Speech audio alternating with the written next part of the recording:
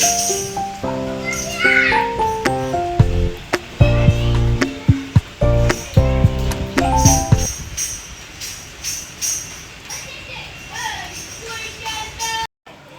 सुबह बारिश हुई थी देहरादून में, रात नहीं कल रात को बारिश हुई थी। उसके बाद सुबह इतनी तेज़ धूप आ गई थी ना कि लग रहा था कि शायद बहुत गर्मी हो गई। पर अब एकदम से शाम को 5:30-6 बजे इतनी तेज़ आंधी चली ना, अब इतना ठंडा मौसम हो गया देहरादून में और बारिश हो रही है बाहर बहुत ज़्यादा।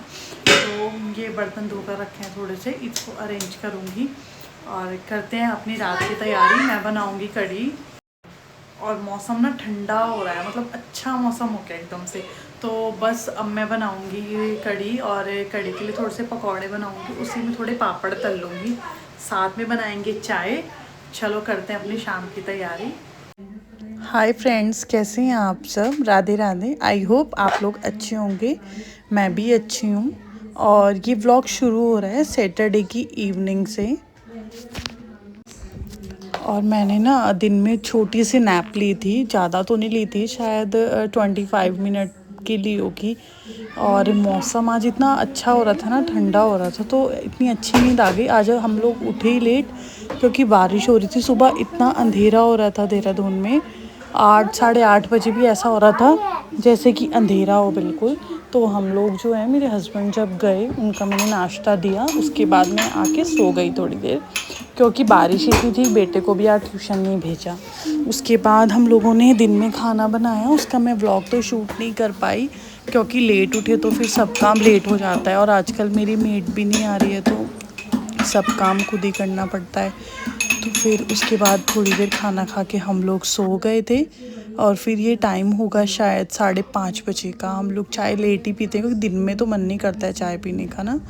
बस ये फिर मैं उठी, आज मम्मी की भी थोड़ी तबीयत ख़राब हो रही थी।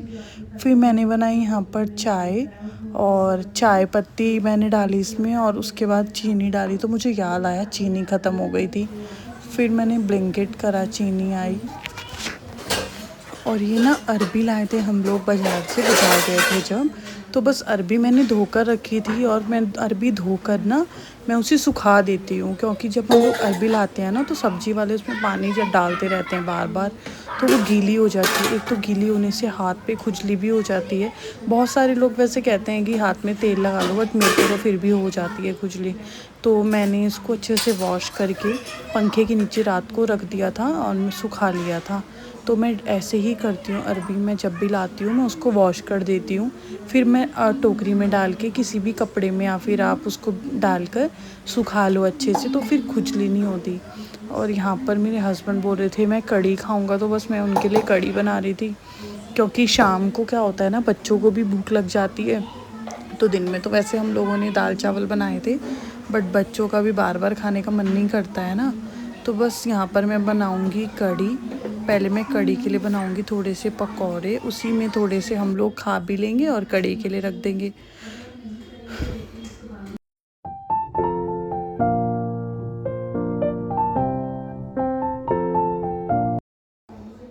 और यहाँ पर ना मैं बना रही थी अपनी कढ़ी के लिए पकौड़े।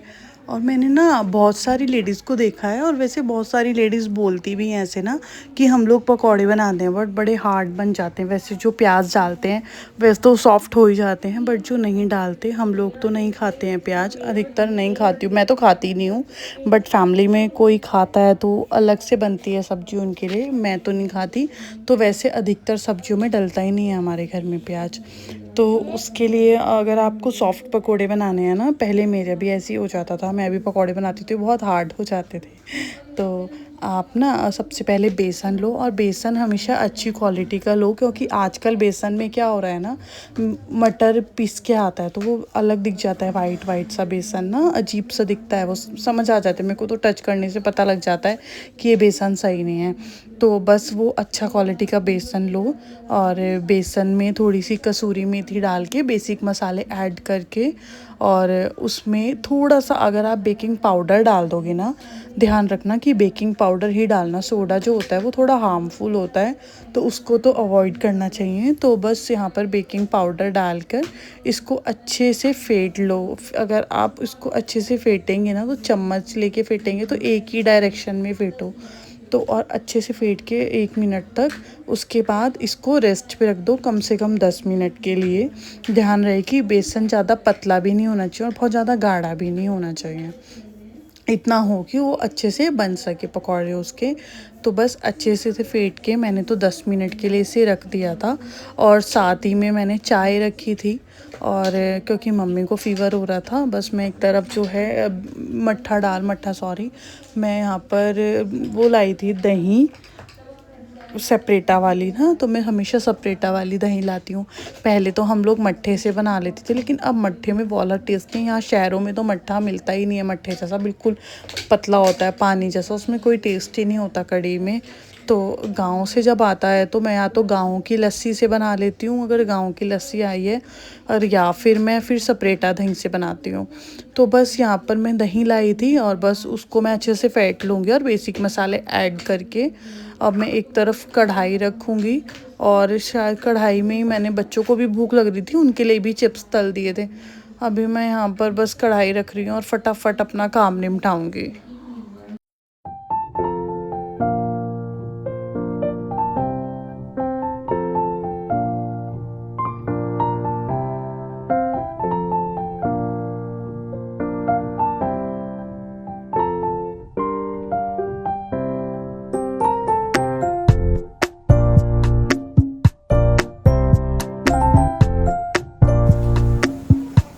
मैंने यहाँ पर ना कढ़ी के लिए बेसन घोल लिया है और मट्ठा भी मट के रख लिया है, चाय मेरी बन गई है। और घी मैं अब थोड़ी देर दोबारा रखूँगी, कल घी रखा था। हाँ बेटा मैं कर और यहाँ पे मैंने कढ़ाई रखी है और कढ़ाई में थोड़े से पापड़ तल के साथ में पकौड़े निकाले थे कढ़ी के, क्योंकि एक ही बार रिफाइंड गर्म हो जाएगा, क्योंकि बार बार रिफाइंड गर्म होता है ना, तो फिर ऐसा रहता है कि गैस भी खराब होती है। आजकल तो वैसे भी आपको पता ही होगा गैस बहुत लेट आ रही है।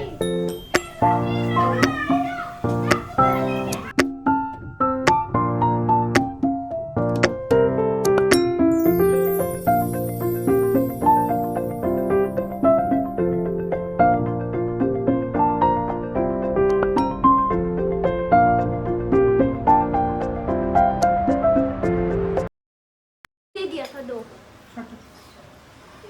मुझे भी चाहिए। दूंगा। चाय पियोगे तुम दोनों? ये शिवाली कटोरी मत लेना, ये पानी के ना गिला है। रुक जाओ वंश, रुको, जाओ, गिरना मत, ठीक है? ये लो। मुझे चमचा चाहिए। यश ये लो, ये आपका है।